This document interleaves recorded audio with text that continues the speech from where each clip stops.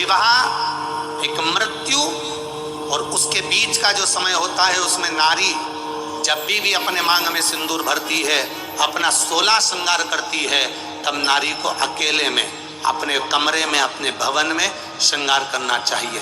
यहाँ तक शास्त्र कहता है कि छत पर खड़े होकर भी बाल नहीं बांधना चाहिए। महाकाल साथियों, इसी तरह से उपायों को जानने के लिए चैनल को जरूर सब्सक्राइब कर दीजिए। गुरुदेव ने बहुत ही अच्छी बात हम महिलाओं के लिए बताई है कि शादी से लेकर मृत्यु तक का जो बीच का समय होता है उसके बीच में हम जब भी श्रृंगार करें हमारे कमरे में, हमारे कक्ष में ही 16 श्रृंगार करें। हमें बाहर कहीं पर भी खड़े रह करके ना तो बाल बनाने चाहिए, ना 16 श्रृंगार हमें करना चाहिए। गुरुदेव ने अपनी कथा में यहाँ तक बोला है, मांग पति शादी के समय हमारी भरता है या फिर मृत्यु के समय पति मांग भरता है। ये बीच का जो समय होता है शादी और मृत्यु के बीच के समय में महिला को अपना मांग खुद ही भरनी चाहिए। बार बार पति से मांग भी नहीं भरवाना चाहिए। सिर्फ 2 समय ही पति मांग भरता है, शादी के समय और मृत्यु के समय। तो ये बहुत ही अच्छी जानकारियों को जानने के लिए, उपायों को जानने के लिए चैनल को जरूर सब्सक्राइब कर दीजिए। आइए जानते हैं गुरुदेव ने और कौन से अचूक और उपाय बताए हैं। घर में जो मंदिर बनाया जाता है घर के अंदर,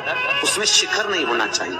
जिसके घर के मंदिर में शिखर होता है उसके घर में कभी जिंदगी में शांति नहीं रह सकती। तो साथियों, आप भी देख लीजिए कहीं आपके घर के मंदिर में शिखर तो नहीं बना हुआ है। घर के मंदिर में भी शिखर नहीं होना चाहिए। आइए जानते हैं कि और कौन से अचूक उपाय बताए हैं, जानकारी हमें दी है। एक बार पानी के लोटे में, जल के पात्र में थोड़ा सा दूध डालकर 5 काली मिर्ची डालकर शंकर को समर्पित करते रहो तो जिंदगी में कभी घर के अंदर कोई बड़ी बीमारी प्रवेश नहीं कर सकती। यह भी बहुत ही अचूक उपाय है साथियों। सिर्फ महीने में एक बार करना है। जल के पात्र में थोड़ा सा दूध मिला लीजिए गाय का और 5 काली मिर्ची डाल करके शिवलिंग पर अर्पण करते रहते हैं। उससे भी घर के अंदर कभी गंभीर रोग प्रवेश नहीं हो पाता है। तो बहुत ही अचूक उपाय है। शंकर को जल चढ़ाने के बाद थोड़ा सा बचा हुआ जल नंदी का एक पांव, जो नंदी शिव जी के सामने होता है उसका एक पांव उठा हुआ होता है, उस पांव के पास में जल समर्पित करने के बाद नंदी के सीधे कान में अपने नेत्र बंद कर कर भगवान नंदीश्वर के कानों में सुयशा का नाम लेकर जो अपनी कामना धीरे से नंदी के कान में कहकर आ जाता है, 3 से 3.5 महीने में उसकी कामना।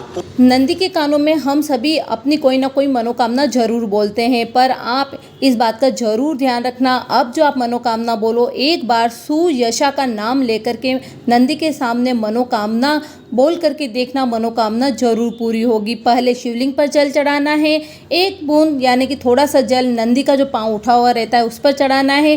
फिर कान में, सीधे कान में सुयशा का नाम लेकर के हमें हमारी मनोकामना बोल देनी है। गुरुदेव बोलते हैं, बताते हैं 3 महीने में वो मनोकामना जरूर पूर्ण हो जाती है। सुयशा, आपको बता देना चाहती हूँ, नंदीश्वर की पत्नी है, तो इसलिए उनका नाम लेकर के कानों में जो कामना की जाती है वो कामना जरूर पूर्ण होती है। तो साथियों, वीडियो को जरूर शेयर करें, चैनल को सब्सक्राइब करना ना भूलें। आपको इसी तरह से अचूक जानकारी, अचूक उपाय अपने इस चैनल से प्राप्त होती रहेगी। हर हर महादेव, श्री शिवाय, नमस्तुभ्यम।